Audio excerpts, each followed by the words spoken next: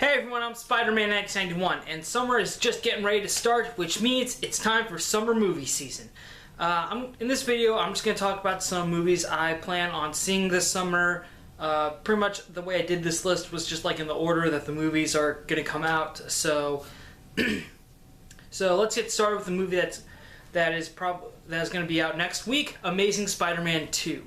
I had a lot of fun watching the first Amazing Spider-Man. I really enjoyed it. It was different than the Sam Raimi Spider-Man films, but different in a good way. I thought Andrew Garfield did a great job being Peter Parker and Spider-Man, and also I enjoyed Emma Stone being Gwen Stacy as well. And both actors together have amazing on-screen chemistry that really brings to life the relationship of Peter Parker and Gwen Stacy. What I think is going to happen in this movie, though, what I think is going to happen is that the most likely thing that I've seen from previews is I feel like Gwen is going to die. Like pretty much if this is like the climax of the new Spider-Man franchise, then this might be where they need to make the moment where Peter the big moment that changes Peter's life as much as the death of Uncle Ben, which would be the death of Gwen Stacy, Peter's first love.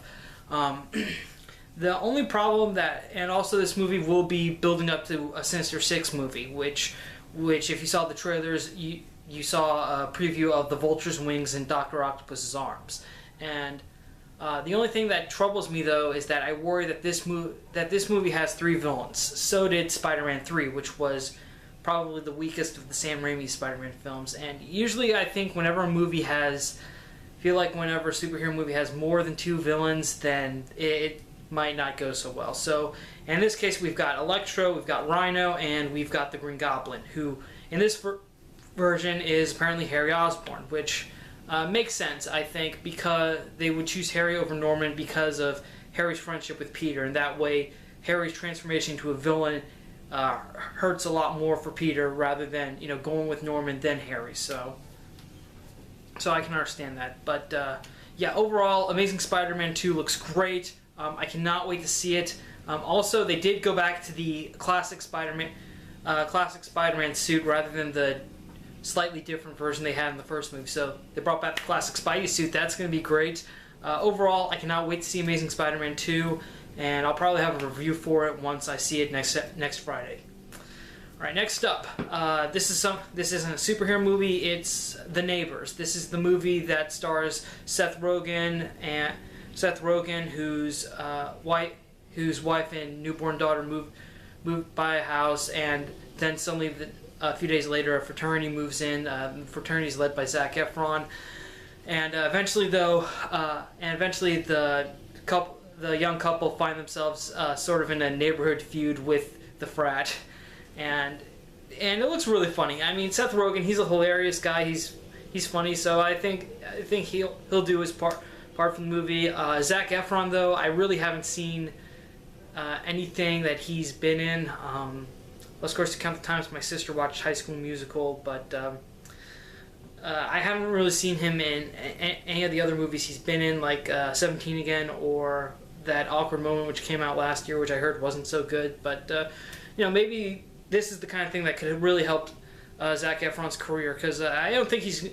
Because, from what I've seen from the trailers and TV spots, he doesn't look like he's doing a bad job, so I look forward to it. Next up, Godzilla. This is pretty much going to make up for the crappy 90s version of Godzilla. This one, the way they designed Godzilla in this looks freaking awesome. The design of Godzilla, the roar, it's really amazing. Definitely shows how good special effects are nowadays, and I think I might actually be rooting for the monster when I see Godzilla, just because he looks so freaking awesome. And also Bryan Cranston is in it, so that will also draw in a lot of people, because everyone knows who Bryan Cranston is from Breaking Bad, so they'll be like, oh hey, Bryan Cranston's in this, let's go see that. So yeah, that'll be great. And also the movie does feature Aaron Taylor Johnson and Elizabeth Olsen, who in this movie, they're playing a married couple, but in Avengers Age of Ultron, they're going to be brother and sister, the Quicksilver and Scarlet Witch, respectively. So, and I think I might be joking about that a lot when I see them in the movie, but nevertheless, Godzilla still looks awesome. I love that monster. Can't wait to see that. Alright, now, X-Men Days of Futures Past. This is a big deal because this is the X-Men movie that's pretty much going to reunite the original trilogy X-Men with the X-Men from First Class, or most of them, I guess.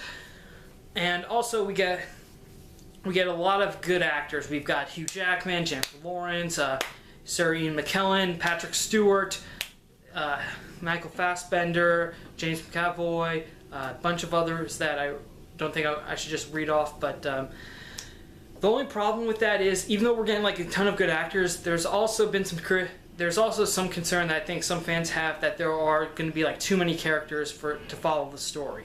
I kind of think that's a good thing, but also kind of a bad thing, because you can't just have the entire movie focus. I mean, even though it does feel like the central characters of the movie will be Wolverine, Xavier, and Magneto, and also I'm counting their past and future both versions of Magneto and Xavier. But also we're gonna see. Apparently, this will also be the movie that sort of darkens Mystique a little, and it's kind of gonna fill some. It's also gonna help, as Bryan Singer put it, correct some of the stuff that he didn't like in X-Men 3.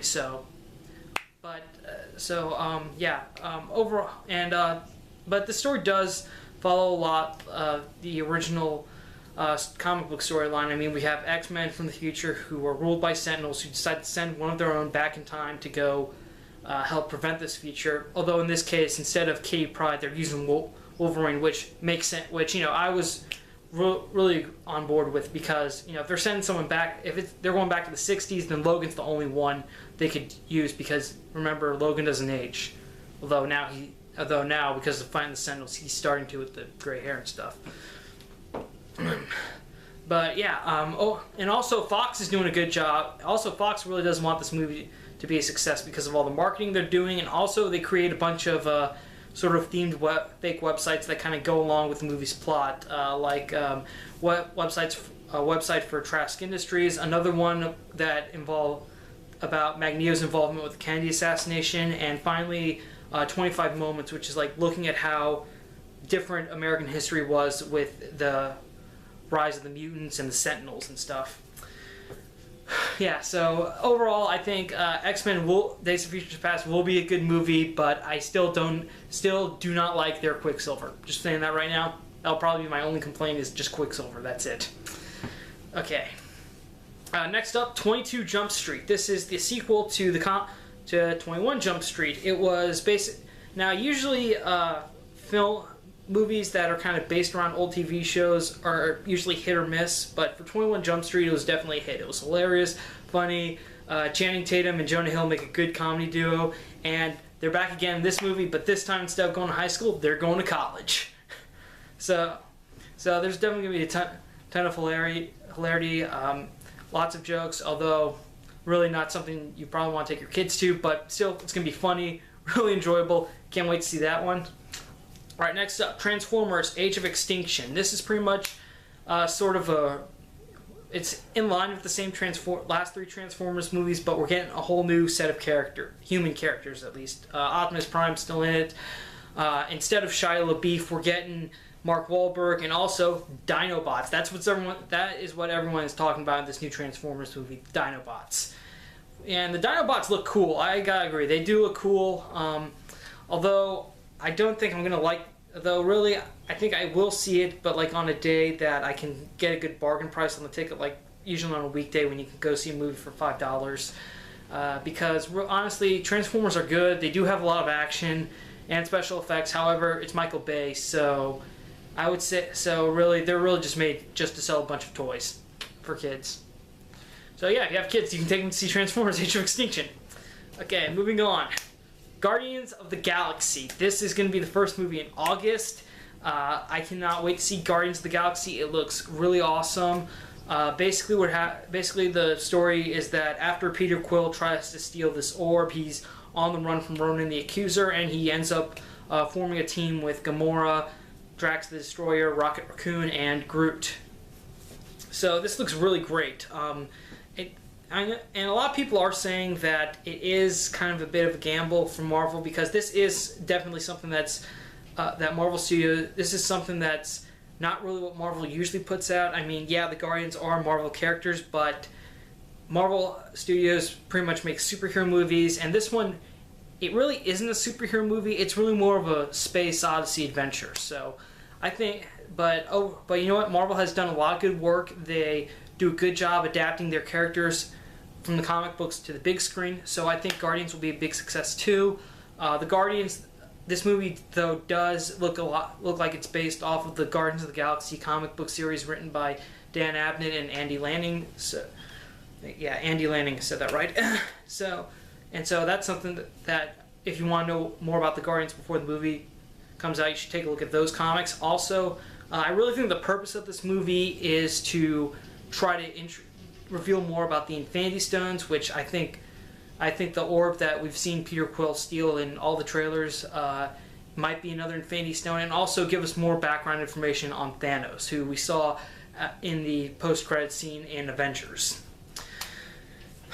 But yeah, Guardians of the Galaxy looks great. It feels like it's going to be... It has the same feeling, I think, of Star Wars and Firefly. So I think if you like those things, you're going to love Guardians of the Galaxy.